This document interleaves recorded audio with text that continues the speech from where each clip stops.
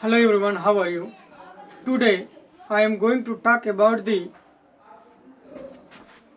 class 12 biology chapter 4 reproductive health part 4.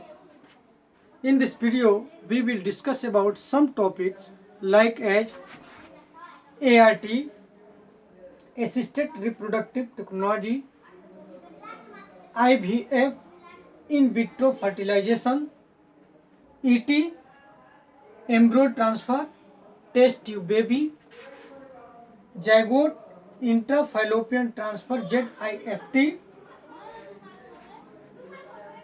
intrauterine transfer IUT, in vivo fertilization, artificial insemination and infertility. So let us start now. ये सारे process या सारे topic पढ़ने से पहले, study करने से पहले हम थोड़ा सा सेक्सुअल प्रोसेस के बारे में क्लियर कंप्लीट कर लेंगे तो सारे कंसेप्ट अपने आप क्लियर होते चले जाएंगे। तो सेक्सुअल प्रोसेस के बारे में हम लोग स्टडी करते हैं। मेन जो सेक्सुअल प्रोसेस होते हैं, इनके जो मेन पार्ट्स होते हैं वो होता है मेल एंड फीमेल गैमेट्स। तो मेल गैमेट्स जो फॉर्म होते हैं वो टेस्टिस में फॉर्म होते हैं मेल के, और जो है सेमिनल्स वास डिफरेंस से होते हुए आपके पेनिस में आते हैं। पेनिस में आने के बाद फिर वेजाइना में इंजेक्ट कर दिए जाते हैं। तो जब सीमेन में आपके स्पर्म होंगे तो स्पर्म क्या है, आपके मेल गैमेट्स हैं। उसी तरह से फीमेल गैमेट्स की अगर बात करें तो जो ओवरी होता है ह्यूमन फीमेल का, ये ओवरी से जो है जो ओजेनेसिस के थ्रू क्या बनते हैं, फीमेल गैमेट्स यानी कि ओम बनते हैं। तो इन्हीं के बारे में स्टडी हम करेंगे। मेल एंड फीमेल फ्यूज होते हैं, फ्यूज होने के फर्टिलाइजेशन होता है, फर्टिलाइजेशन के बाद एम्ब्रियो डेवलप होगा। यही प्रोसेस के बारे में हम स्टडी कर रहे हैं। इसके बाद सारे कंसेप्ट आपकी क्लियर होते चले जाएंगे। तो देख लेते हैं। ये आप देख सकते हैं, ये आपके हैं ओवरी। ये फीमेल रिप्रोडक्टिव पार्ट का एक पार्ट है, ओवरी है। हम जानते ये यूट्रस है। ये पूरा पार्ट क्या है, यूट्रस है। इनमें सारे पार्ट्स आपको दिख रहे हैं। यहाँ देख सकते हैं ये फैलोपियन ट्यूब है और ये ओवरी है आपकी, है ना। अब ये यूट्रस का मेन पार्ट है, यूटेरिन कैविटी है, और ये यूटेरिन फंडस है, ऊपर का पार्ट है। ये सारे पार्ट्स आप लोगों को स्टडी करा दिया गया है। फिर भी थोड़ा सा देख लेते हैं इस प्रोसेस को। हमें मेल एंड फीमेल गैमेट चाहिए होते हैं रिप्रोडक्टिव प्रोसेस में। तो मेल गैमेट्स जो फॉर्म होते हैं, मेल गैमेट्स आप जानते हैं कि टेस्टिस में फॉर्म होते हैं। तो मेल गैमेट्स स्पर्म होते हैं और फीमेल गैमेट्स क्या होता है, ओवम। तो देखिए ये जो मेंस्ट्रुअल साइकिल है, एमसी है। एमसी के 3 to 5 डेज 3 to 5 डेज में आपके, और इसके बाद 3 to 5 डेज के बाद 14 डेज में क्या होते हैं, ओवा जो है ओवम रिलीज होता है, और रिलीज होने के बाद फैलोपियन ट्यूब में आता है। यानी कि यहाँ से ओवम रिलीज हुआ ओवरी से और ये फैलोपियन ट्यूब में आया। फैलोपियन ट्यूब में आने के बाद यहाँ जो है ये वेट करता है, इंतज़ार करता है मेल गैमेट्स का। मेल गैमेट्स अगर नहीं आया होता है तो ये आगे क्या होता है, ये डिस्ट्रॉय होने लगता है, नष्ट होने लगता है। और नष्ट होने के बाद अगले मिनिस्टर साइकिल में जो है अगले मंथ वाली मिनिस्टर साइकिल में ये पूरे ब्लड के साथ, माने इम्प्योर ब्लड के साथ, है ना, ये क्या हो जाता है, रिलीज होता है वेजाइना के थ्रू। अगर स्पर्म होता है, सपोज डेट यहाँ सेक्स प्रोसेस हुआ है, यहाँ पे स्पर्म है, ये आपका सीमेन है, इस सीमेन में स्पर्म है। अगर ये स्पर्म है तो ये स्पर्म मूव करेगा, मूव करने के बाद यहाँ आकर फर्टिलाइजेशन प्रोसेस कंप्लीट करता है। तो ये फर्टिलाइजेशन प्रोसेस कंप्लीट जो हो जाता है तो ये जाइगोट फॉर्म हो जाता है। जब ये जाइगोट फॉर्म होगा तो जाइगोट से फिर ये जाइगोट जब फॉर्म हो जाएगा तो ये 2 सेल फॉर्म होगा, 2 सेल बनेंगे, सेल डिवीजन होगा, 2 सेल बनेंगे। तो जब 2 सेल बनेंगे जाइगोट से, ये देखिए फर्टिलाइजेशन हो गया और ये 2 सेल फॉर्म हो गए, इसमें सेल डिवीजन हुआ, सेल डिवीजन होने से 2 सेल जो है फॉर्म हुआ। तो ये ईच सेल, प्रत्येक सेल आपके, ये एक सेल ये एक सेल ये इसको बोलेंगे ब्लास्टोमियर। क्या बोलेंगे? ब्लास्टोमियर। ये आपका ब्लास्टोमियर है, ठीक है। अब ये फिर डिवाइड होता है, अब ये 4 सेल में डिवाइड हो जाएगा, 4 सेल में डिवाइड हो जाएगा। ये आपके 4 सेल बन गए। तो ये ब्लास्टोमियर सेल कितने हैं? 4 सेल हैं इसमें। अब इसके बाद फिर 8 सेल में डिवाइड हो जाएगा, ये 8 सेल में डिवाइड हो गया। ये ब्लास्टोमियर है, ये भी ब्लास्टोमियर है, ये सारे क्या है? ब्लास्टोमियर सेल है। और फिर ये 16 सेल में डिवाइड हो जाएगा, ये सेल डिवीजन होता है 16 सेल में डिवाइड। तो ये भी क्या है? ब्लास्टोमियर है। अब ये दोनों मिल करके आपको मोरूला बनाते हैं, मोरूला, ये मोरूला फॉर्म करते हैं। तो यहाँ ध्यान दीजिए, ये मोरूला फॉर्म हो गया। इसके बाद 16 के बाद यहाँ पे आएगा, यहाँ पे आके इम्प्लांटेशन होगा। यहाँ पे क्या होगा? इम्प्लांटेशन होगा और ये डेवलप करने लगेगा, ग्रोथ करने लगेगा। ग्रोथ करने के बाद एक एम्ब्रो से डेवलप करके एक चाइल्ड का रूप ले लेगा। चाइल्ड में जो ये एम्ब्रो डेवलप हो जाएगा और चाइल्ड के बाद ये बर्थ हो जाएगा, इसका मतलब जन्म हो जाएगा। इसका प्रेगनेंसी के थ्रू जो क्या हो जाएगा, ये इसका बर्थ हो जाएगा, जन्म ले लेगा ये 9 मंथ के बाद। तो ये प्रोसेस पूरे होते हैं किसके? सेक्सुअल प्रोसेस हैं सारे, रिप्रोडक्टिव पार्ट्स। तो अब देखिए, अब हम इस टॉपिक को क्लियर कर लिए हैं। अब इसमें कुछ डिसऑर्डर होते हैं, जैसे सपोज डेट ये ओवरी से ओम नहीं निकल रहे हैं, तो ओम नहीं निकलेंगे तो फर्टिलाइजेशन प्रोसेस कंप्लीट नहीं होंगे, क्योंकि मेल फीमेल दोनों चाहिए। तो ओवरी से ओम ही नहीं बन रहे हैं, तो ये डिसऑर्डर हो सकता है। या फिर ओवम तो बन रहे हैं लेकिन इस फैलोपियन ट्यूब में कहीं प्रॉब्लम है, फैलोपियन ट्यूब में कहीं प्रॉब्लम है, ये ओवम अंदर नहीं जा पा रहे, ये भी डिसऑर्डर हो सकता है। या फिर ये यहाँ पे ओवम तो चले जा रहे हैं लेकिन ओवम क्या हो रहा है, ये हेल्दी ओवम नहीं है, क्योंकि ये एक्सेप्ट नहीं कर रहे हैं स्पर्म को, तो ये भी एक प्रोसेस हो सकता है। या फिर ये फैलोपियन ट्यूब कहीं जाम हो गई है, तो ये भी एक प्रॉब्लम हो सकता है। और या तो यहाँ पे ये इम्प्लांटेशन जहाँ हो रहा है इस प्लेस में कहीं जो है डिसऑर्डर है, कमियां हैं, तो इस प्रोसेस से भी फर्टिलाइजेशन नहीं हो पाएगा, इम्प्लांटेशन नहीं हो पाएगा।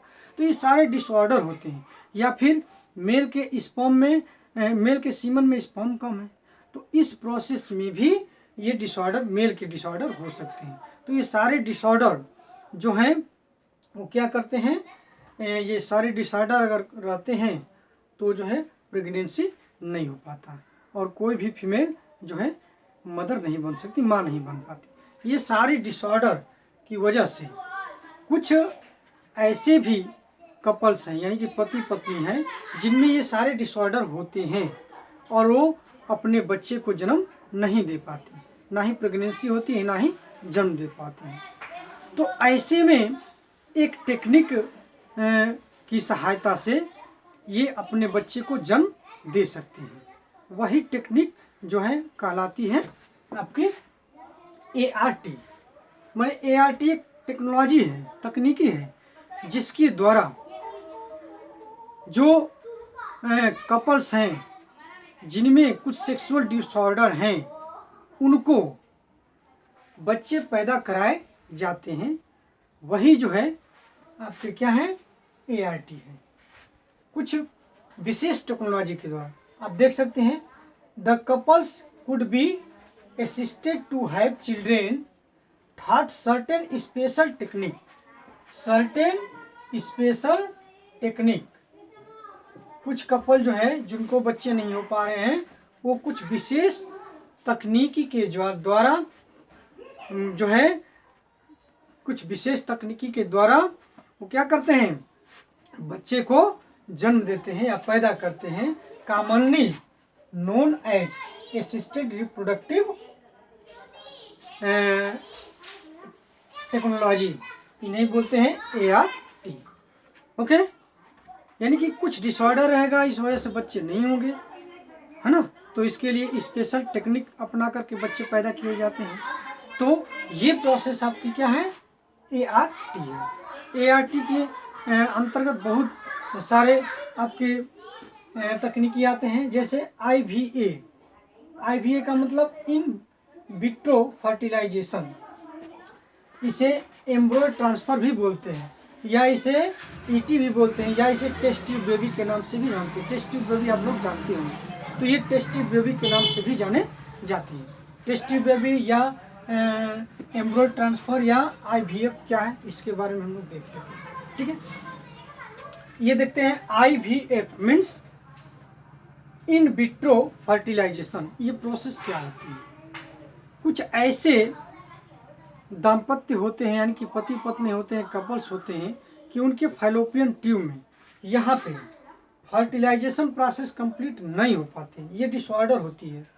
तो ऐसे जो कपल्स होते हैं, उनको जो बच्चे को जो है जन्म देना होता है, तो ये क्या करते हैं कि इनके लिए ये तकनीकी यूज की जाती है।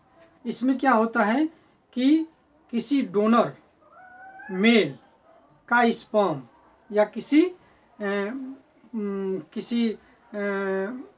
हस्बैंड का स्पर्म और किसी वाइफ की ओवम या अदर कोई ओवम ले करके, और उसको जो है एक लैब में उसका जो है फ्यूज कराया जाता है मेल और फीमेल को।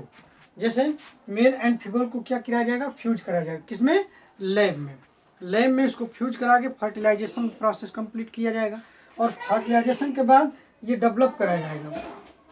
अगर पूरी तरह से डेवलप कराते हैं, डेवलप कराने के बाद फिर उसको ट्रांसफ़र कर देते हैं, किसमें, फैलोपियन ट्यूब में, या तो ट्रांसफ़र करते हैं या तो ये ओवरी में ट्रांसफ़र करते हैं।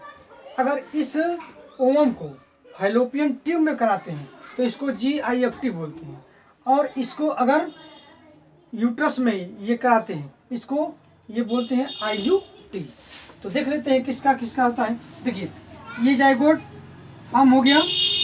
जाइगोट के बाद अगर 8 ब्लास्टोमियर तक के जाइगोट होंगे, 8 ब्लास्टोमियर तक के जो जाइगोट होंगे, इनको सीधे सीधा फैलोपियन ट्यूब में ट्रांसफ़र किया जाता है। ध्यान दीजिए, 8 ब्लास्टोमियर तक के अगर ये जाइगोट होते हैं तो उनको फैलोपियन ट्यूब में क्या किया जाता है, ट्रांसफ़र किया जाता है। तो इसी प्रोसेस को हम लोग बोलते हैं ZIFT, यानी कि जाइगोट इंट्रा फैलोपियन ट्रांसफ़र। इसे हम लोग क्या बोलेंगे, ZIFT।